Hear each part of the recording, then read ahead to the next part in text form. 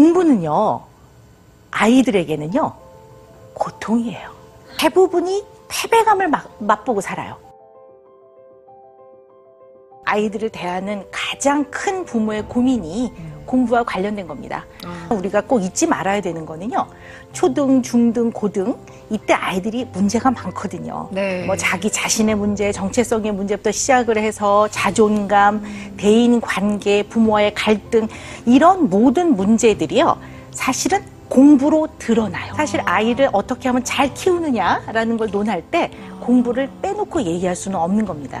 근데 이거를 또 반대로 생각을 해보면 공부라는 과정을 통해서 아이하고 관계도 좋아지고 아이가 자존감 높아질 수도 있다는 얘기입니다.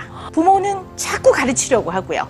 아이는 자꾸 놀고 싶어 하고 여기서 많은 갈등이 생기는 것 같습니다. 도대체 우리는 이렇게 열심히 키우는데 그리고 우리 아이가 머리가 나쁜 것 같지도 않은데 정말 우리 아이는 왜 이렇게 공부를 못할까요?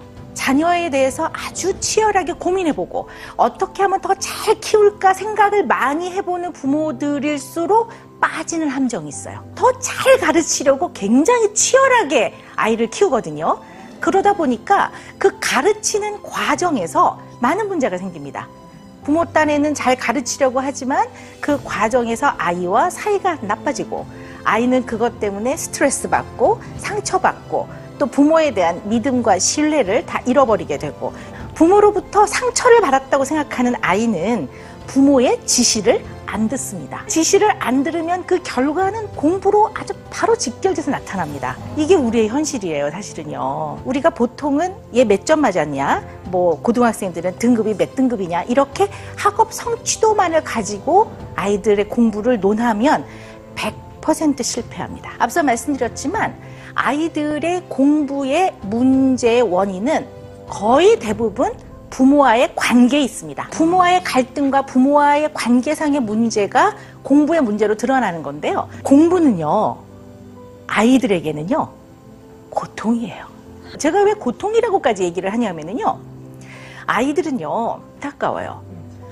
고비용, 저효율의 사회 속에 살고 있습니다. 너무나 많은 비용이 들어가는데 효율은 떨어지거든요. 대부분이 패배감을 맛보고 살아요. 뭔가 자기가 패배자인 것 같아요. 아이들은 그런 느낌이에요. 그래서 공부가 사실은 고통스러워요. 그런데 또 너무나 상반되게 부모에게 있어서 자녀의 공부는 희망이에요. 아이들한테는 고통이 부모한테 희망이니 우리가 이런 생각을 해봐야 될 것 같아요.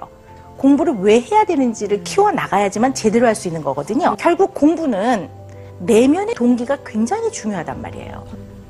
공부의 목적은 무엇인지 이것을 공부를 해야 되는 당사자인 아이들한테도 물어봐야 되겠지만 공부를 시키는 우리 부모들도 도대체 내가 이 아이한테 왜 공부를 시키는지 과연 내가 이 아이한테 학습을 시키는 과정에서의 목적과 목표는 무엇인지 잘 생각을 해봐야 돼요. 공부는 내면의 동기로 하는 겁니다. 내적 동기가 없으면 금방 오래가지 못합니다.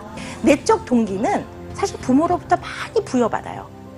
근데 이 부모의 경험이 아이의 내면의 동기로 흡수되게 하려면 부모와 친해야 돼요. 이 친해지는 과정에서 이야기를 하면서 자기 자신을 생각해보고 이웃을 생각해보고 가족을 생각해보고 사회와 국가와 인류를 생각하면서 아, 나한테도 공부가 내게도 필요하네 라는 마음이 생겨야 아이들 공부를 하는데 맨날 야, 너 이렇게 해가지고 대학 문턱이라 가겠니? 이렇게 얘기해서는 아이들의 내면의 동기가 생기지 않습니다. 그리고 다시 한번 말씀드리지만 이런 어떤 결과 중심적인 학업 성취도만을 갖고 얘기를 한다면 10%를 제외한 나머지는 다 잘못하면 패배자가 될 수 있다는 걸 꼭 잊지 마셔야 돼요.